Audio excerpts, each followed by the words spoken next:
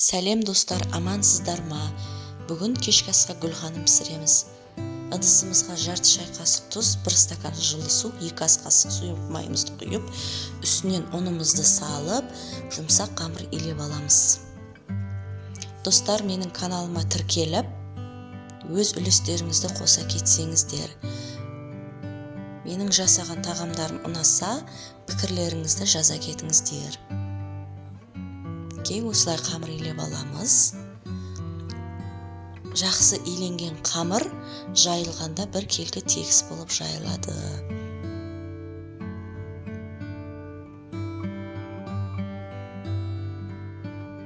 Менің қамырым да дайын болып қалды.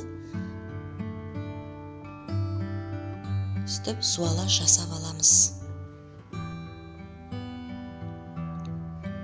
Ыдысымызға фаршымызды салып, кубиктап туралған асқабағымызды салып, үстінен тұз, қара бұрышымызды салып, жақсылап араластырып аламыз.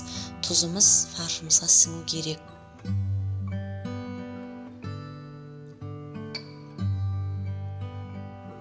Фаршымыздың үстінен жуамызды салып, араластырамыз.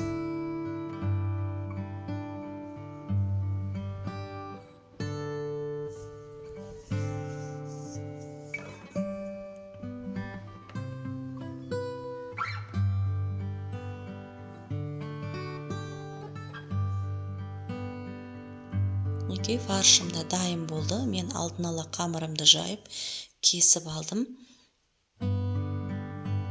Ортасына фаршымызды салып, гүл етіп орап аламыз. Мінекей осылай өте оңай.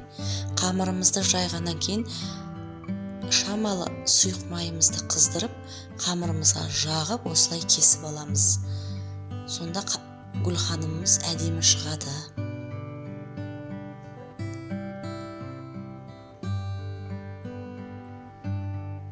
Өте оңай жасалу жолы, жасап көріңіздер. Мантаваркамызға гүлханымдарымызды теріп, салып, 45 минутқа отқа қойып пісіріп аламыз.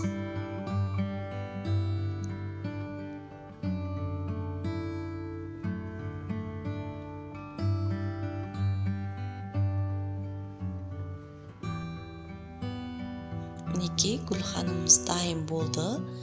Ас болсын.